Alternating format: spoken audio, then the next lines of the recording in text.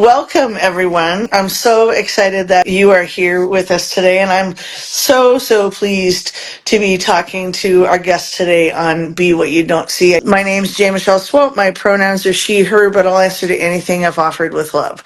And I am here in the capacity of being with the iFishiBelong nonprofit, and I am our advocacy chair, and I'm also a lifelong conservationist, and so it is my special privilege to be talking with Chris Hill today.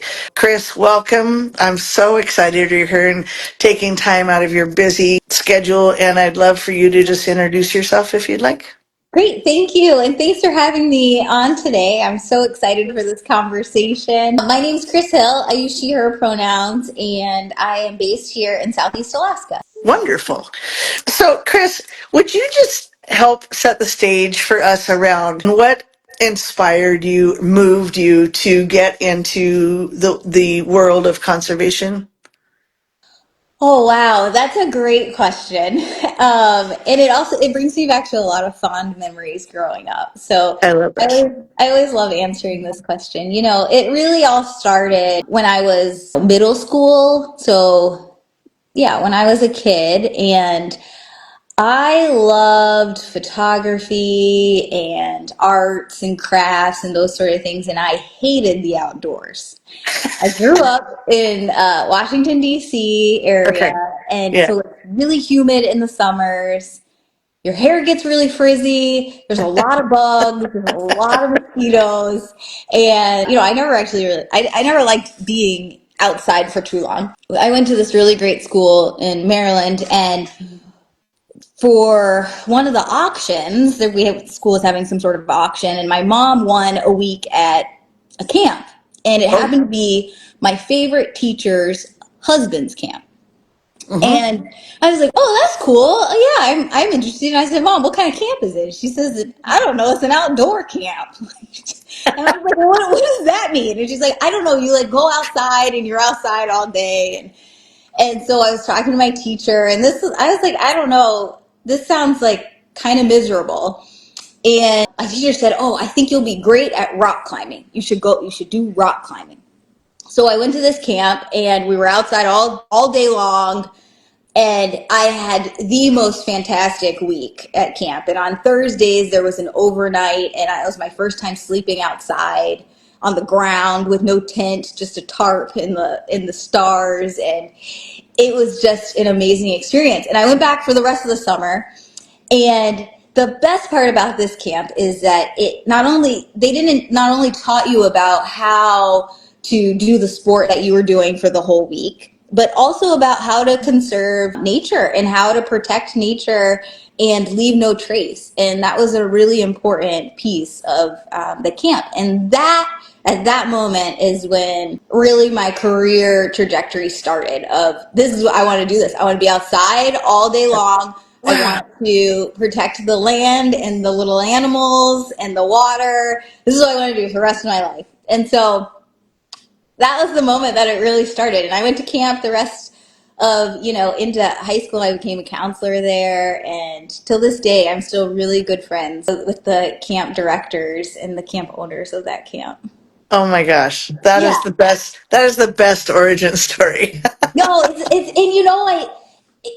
you're growing up as a kid and you don't realize various experiences that you have are going to have a huge impact on the rest of your life. And Camp Kaleva and the Markoff family had a huge impact on, where I Yeah. am today and who I am today. And yeah, it's really wonderful. I mean, I got married 4 years ago now, I think it is. And we got married at the farm at the camp. Oh, that is amazing. That is Yeah. amazing.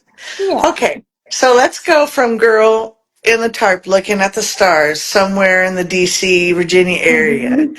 to where you're sitting right now. Can you talk to us just a little bit about where you are right now physically, and then also what your role is in the conservation organization.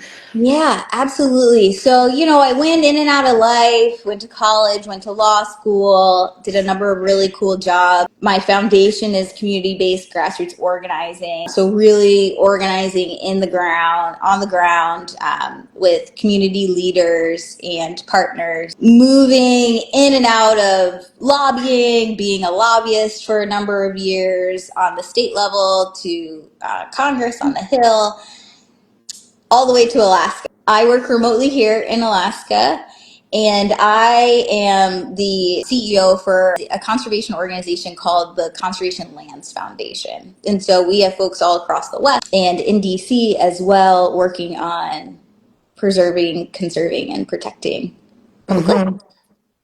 Yeah, which is, I've had the privilege of doing a great dive into that website of your organization. It's absolutely tremendous. Talking just about in general, what has been that organization's shiniest moment, best success. Yeah. Well, there's so many. We are about 17, 18 years old. And I would say our secret sauce, I'll go to our secret sauce Oh, I love it. I love it. is how we do the work on the ground. So we work with over 80 grassroots community-based organizations across the West that are working to protect and restore lands close to their house and close to them. And so that model of having what we call the Friends Grassroots Network, which is this network of 80 organizations, having them be able to connect to Congress is really the key in how, we can create change and really what change can look like moving forward, right? It's the power is in the people on the ground. And the really cool piece about the last, almost 100 days is the power of the people rising up and seeing Yeah. things happen, which is just, Yes. we go throughout the days and it's just a lot of things hitting at us and a lot of noise. But when communities sit down and focus and raise their voice up, we can see the change happening, and it's only going Beautiful. to continue. Beautiful. I love that. First of all, that gives us hope. Thank you for that. Yeah. Secondly, I'm wondering if you would share with this audience and me, if we've not been oriented toward conservation, we don't really exactly know how to start to get involved. Can you give us some examples of how we might be able to get on the phone tonight, write a letter tonight, or walk out the door tomorrow and start making a difference? Yeah, I would even back up before that piece, which Love. is it's kind of daunting to get into this field because people are like, I don't have the expertise. I don't know all the ins and outs of the Antiquities Act or the Clean Water Act, or, I can't speak eloquently about those things. But what you can speak about is the fact that you love going outside with your friends or your family. You love being able to be in nature and you have access to that nature. There is this understanding that we are all connected, whether that's the trees, the birds, the animals, our society, we are all connected in this atmosphere. And being able to talk about it on that level is the most important piece. And so I think if we back up a step of how do we get involved, it's talking with your friends and family, right? And saying, hey, man, don't you just love going to park, blah, blah, blah? Yeah, I would. Man, what would it feel like if that wasn't there anymore, right? Or if this national monument was reduced, or what would that feel like? Oh, well, I would be really mad. I would be mad that I don't have access to the river to go fishing, or I don't have access to this other area to go hunting. And once folks start really chatting about it within their circles that are comfortable, perhaps you could go to that next step of, okay, let's write in, let's call our Congress people, let's call our state legislature, and let's start rallying the community to do the same thing. And when I talk to 5 people, those 5 people are going to talk to 5 more people who are going to talk to 5 more people, and then all of a sudden you got a rally going. That's awesome. Yeah, that's tremendous. You talked about the 80 or so conservation, place-based conservation that you work with. Are those conservation groups, do they approach you? Did you folks approach them? And the reason I ask, Chris, is very simple. What I'm thinking about is folks that maybe haven't had this experience or just starting to think about, man, this really matters to me. Mm-hmm. How do we tap into, we talk to our friends and I love that answer. Then how do we take that to the next level? How do we tap into in a more organized fashion of potentially starting to make a difference? That's a great question. So typically around various national monuments or public access areas, public parks and access areas that the Bureau of Land Management has, there are various what they call friends groups, friends of, so forth. And that is an easy access point for engagement and advocacy. And it's really just a Google search online to see Okay. like what groups are in my area that Yes. have like-minded and want to protect our public Perfect. access and public lands. So Wonderful. that's one place. We also, within our network, you can also see, okay, let me go through the list and see where they're located and be able to contact them that way. There's Wonderful. also other groups out there that are doing the conservation work in the public land space as well. It really depends your location and where you are, and then reaching out to them and seeing, are there ways, I have 5 hours a week. What can I do and how can I help? Mm-hmm. And that's going to look different for everybody. It could just be sending in emails. I know people who have 5 minutes and call their representative every week. So it could look very different, or they send an email every week. It could be showing up at rallies, holding house parties, going to the town halls. These things are, whilst in their own singular event, seem, is that really going to make a difference? But putting them all together, having all these folks do it, makes a difference. Okay.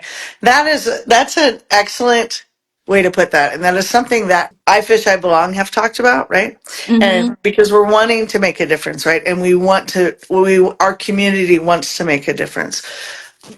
Sometimes recognizing the impact is hard, right? Yeah. Recognizing whether we're actually making a difference or not. So can you speak to that a little bit about for those of us who maybe don't have a lot of time to do hands-on conservation work, how can we be supportive? Like, what are different ways to support this effort if indeed we don't have time to be hands-on and things of that nature? Yeah, I would say the first piece of talking, talking about it, right? And raising awareness, even if it's just in your family unit. Raising awareness, that is the best way to start, but it's also the most effective. Because the thing about it is, particularly in the climate that we're in right now, there's a lot of false crises happening. There's a lot of manufactured things that are happening, and at the end, particularly on public lands, and at the end of the day, what matters is the fact that we protect our public lands for this generation and for future generations. And so that means that people sort of building the groundswell of talk is the most important thing. And being able to spread the word about that, I think, is the most important thing. And then recognizing what you do have time for. We all everybody is so busy nowadays, and we all have tons of different things that we want to work on or care about. And Hmm. it's really like, okay, what is that one thing that I can do that is going to make a difference, because it is, and I have time to do that. So, like I said, it could be, you know what, every 2 weeks I'm going to call my representative. And that's Okay. what I'm going to do. I need 5 minutes to do that, and I'm going to do that. Yeah. Yeah. I love that. So the title of the segment is, be what you don't see, right? And you agreed to come on and be with us today. Can you speak to that a little bit? Yeah. Growing up, I didn't see people who looked like me outside in the woods and out in nature rock climbing. I was a big rock climber when I was younger, and Okay. I never saw people who looked like me in magazines, on advertisements for outdoor gear, and so forth. And that while I loved the sport, I always wanted to, at least see somebody else that had darker skin. As I grew older and got older, I recognized that, yeah, we don't, it's not that we're not out there and that there aren't people of color and black women who climb. It's that we're not seeing them represented in mainstream media at that time, right? And Mhm. so that was really important for me. And it was important as I grew older in working with kids that that representation does matter.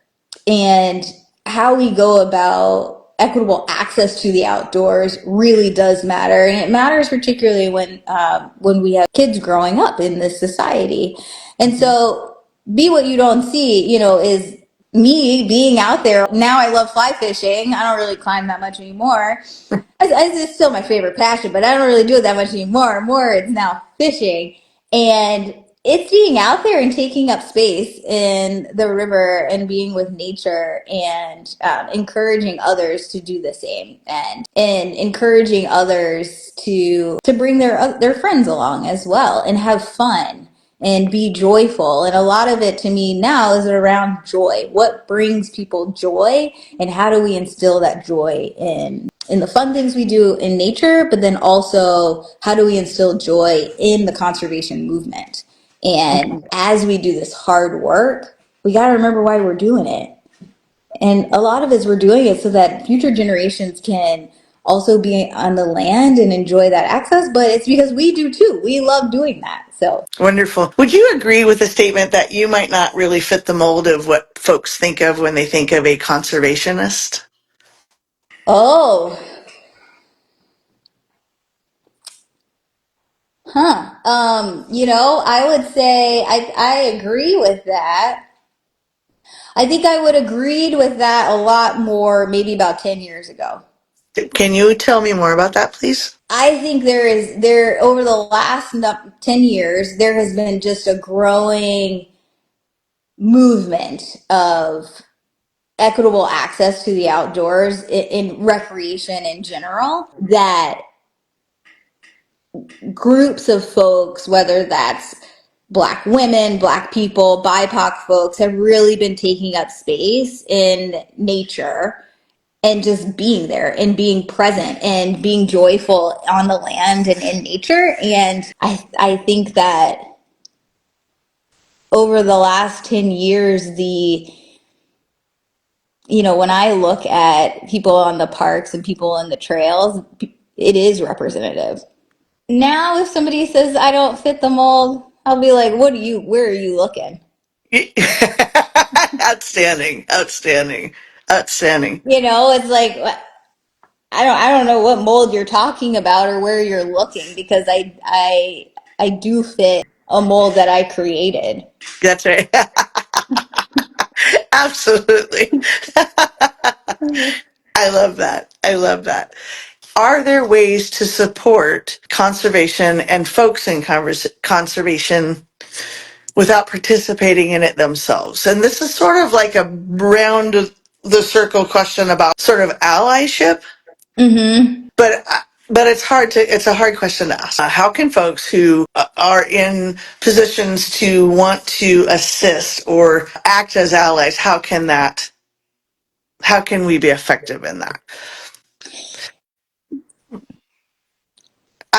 I, Chris, I'll be honest with you. I don't know how to answer that question because my answer would be get involved. Yeah. Like Yeah, go talk to your friends and go do a yeah. trash cleanup on the river. Mm-hmm. But That would be my answer too, is to get involved and figure out how much time you have to be able to okay, get involved, right? And that yeah, that would dictate yeah. various actions. I think the other thing too is this is super simple, but even on Instagram or social media or whatnot, you see somebody or a group doing some really cool things, reposting whatever that was, like, hey, look at this cool organization that maybe is a BIPOC organization or whatnot. Look at this really Hmm. cool organization doing just fantastic things. Or y'all see this video? This is a really cool video of Detroit kids going Nice. to Yosemite. and meeting Ranger Shelton Johnson. Things like that, right? Where you didn't do anything but repost something, but that may show your other followers like, oh, that's really cool, and they might want to get involved further. Yeah, Right. that's So you great. might have opened the door to somebody else's journey and what their conservation journey looks like. Nice. Yeah, perfect. Thank you for that. Aside from the organization that you are running and doing wonderful things with and for, are there any other organizations that you would like to highlight or talk about in the space we have and the time we have today? Oh, yeah, great question. There's a lot of really, really awesome organizations out there doing some just fantastic and amazing work in the communities. I think it depends on what your interest is. Yeah. I'll highlight, since we all like to fish, I'll highlight Trout Unlimited. I think Yeah. that is a really fantastic organization that's doing some great work on the ground and in Congress, particularly on restoration work across the United States. They are just a cool group of folks who care about conservation in the lands and then love to fish too as a secondary Yeah. thing to them. So I would lift that up, and it's not because I'm on the board, but just because I think that organization is just a fantastic organization. The other one that I really like is Backcountry Hunters and Anglers. Mhm. The way that they are really working through this new administration has been really wonderful. And hunters and anglers is another area that transcends political boundaries, right? It's very bipartisan. And it's a place where we can broaden the tent in the conservation movement that really lifts up all voices. And so I love the work that they're doing Yeah. as well. And they have chapters all across the country. And so folks can find a local chapter across the country that I love. I used to work at the Sierra Club doing our Mhm. lands, water, and wildlife work, outdoor access and outdoor equity. And one of their programs called Outdoors for All is just a fantastic, just an amazing program around outdoor access and outdoor equity, particularly with kids. And so that's another one to look up too. Perfect. Is there anything else you'd like us to know or add or a shout out you might want to give? And then I have one more question for you, but is there anything that you would like to highlight for us? Oh, well, I'd love to talk about fishing if you want to talk about fishing. That was my question. Really? Yeah. That's great. Let's move to No, first of all, we will move to that in just a second. But I that. honestly, like, truly and authentically want to thank you for having this time with me today and us today. Sometimes these are hard to do, and I know that you are amazingly busy, and I deeply appreciate you Oh, just talking absolutely. with us today because we need this more than ever. We need this. So Yeah, thank you. absolutely. Well, Yeah. I am so honored to be able to speak with you today. And I was like, oh yeah, absolutely. And I knew it took a long time to get a response, but I was It's like, all yeah, right. absolutely. Are you kidding me? Of course I'm going to do that. So I'm so glad it worked out. Oh my gosh, absolutely. Okay, now fishing. So I was going to put you on the spot, but you beat me to it. Where's the last place, not what rock you stood on, but where's the last location that you fished? Okay, so I think this was 2 weeks ago. We went skiing, backcountry skiing, and then while we Yes. were coming home, we stopped and fished the Chilkat River for Ooh. dollies, for Dolly Okay. Varden. Okay. And I think, I'm sad to say this was probably the first time I've been fishing for since like the fall of last year. Well, it's not like you haven't been a little busy. I know.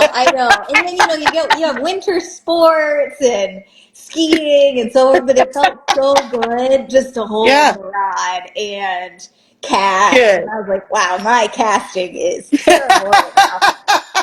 But it was so much fun. We didn't catch a Good. darn thing. Like nothing. Didn't even have any bites. I don't think there were any fish in the river. But I love it that. was so fun. We had so much fun. Good. And it was with Good. my husband and my dog. My dog was running up and down. And Oh, that sounds yeah. beautiful. Do you have your next fishing time in mind? Have you made a plan for your next excursion? Well, I was in town yesterday, and some of my fishing buddies were like, "Yo, where you fished was really good." So I'm gonna go back there. I was like, "I can fish." Okay. I Okay. don't know. So we're gonna try and go back there this weekend. Love There's it. apparently some really big dollies in from the ocean that are Oh coming. my gosh. So yeah, we'll see. Okay. Oh my gosh. Are you throwing like Dalai Lamas, or you have another secret sauce which I don't expect you to tell me, but Oh, we use just clousers. oh, okay. Okay. Yeah. Yeah, some small clousers. We'll do dollies maybe towards the middle of the summer. Gotcha. Yeah, yeah. Oh, I'm Ah, like an open book. I'll tell you everything I use. I know. I'm the same, but I don't ever want to make people feel like. And then she said, Yeah. I love it. I love it. We're Yeah. getting a lot of comments on here thanking you for speaking, and they're super stoked. Some people had to leave early, but they're gonna sign on later and watch the interview. So I think that's just fantastic and wonderful. And again, I wanted to thank you. And if there's anything ever that you need from me or Heather, just please call. And yeah, I mean, I too, I'll just admit, I too love Trout Unlimited. I run a conservation project for them, Oh, and great. Oh, cool. yes, they are very near and dear to my heart. So it made Yeah. me really happy when you said Trout Unlimited. I said, hey. Oh, awesome. Oh, that's really but cool. Wait, but okay, so yeah. tell me where you're gonna fish next. Oh, me? Yeah. Well, where I'm going to fish next is the Yakima River, which is about 2 minutes from where I'm sitting. Oh, nice. So yeah, so that's what I'll be up to. Oh, that sounds great. And the weather's beautiful now. It's getting more beautiful. It's a little chilly right now, but It like I is. said, there's no false spring. We're spring, baby, so we're just Yeah. ramping up. Yeah, Yeah. definitely. Oh, Definitely. that's so fun. Well, It's good good luck. stuff. That's Yeah, because, well, thank you. that's awesome. Well, I don't want to hold you any longer unless there's anything else that you wanted to share. Thank you very much. This was super fun. And, also let me know if there's things that I can do as well with you and Heather. I'm Oh, always always. big Yeah, fan. So, thank you. Yeah, we are deeply committed to conservation and just getting more people into the outdoors in ways that matter. And as are you. So it makes us real happy. Someday I will meet you actually in person, yeah, and it will be glorious, and we'll fish. that Yeah. sounds wonderful. Let's do it. All right. All right. Thank you so much. Thank you. It was nice Yeah. talking with you. It was great to talk to you. Take care of yourself. See you. Thanks all for attending. Really, really appreciate it.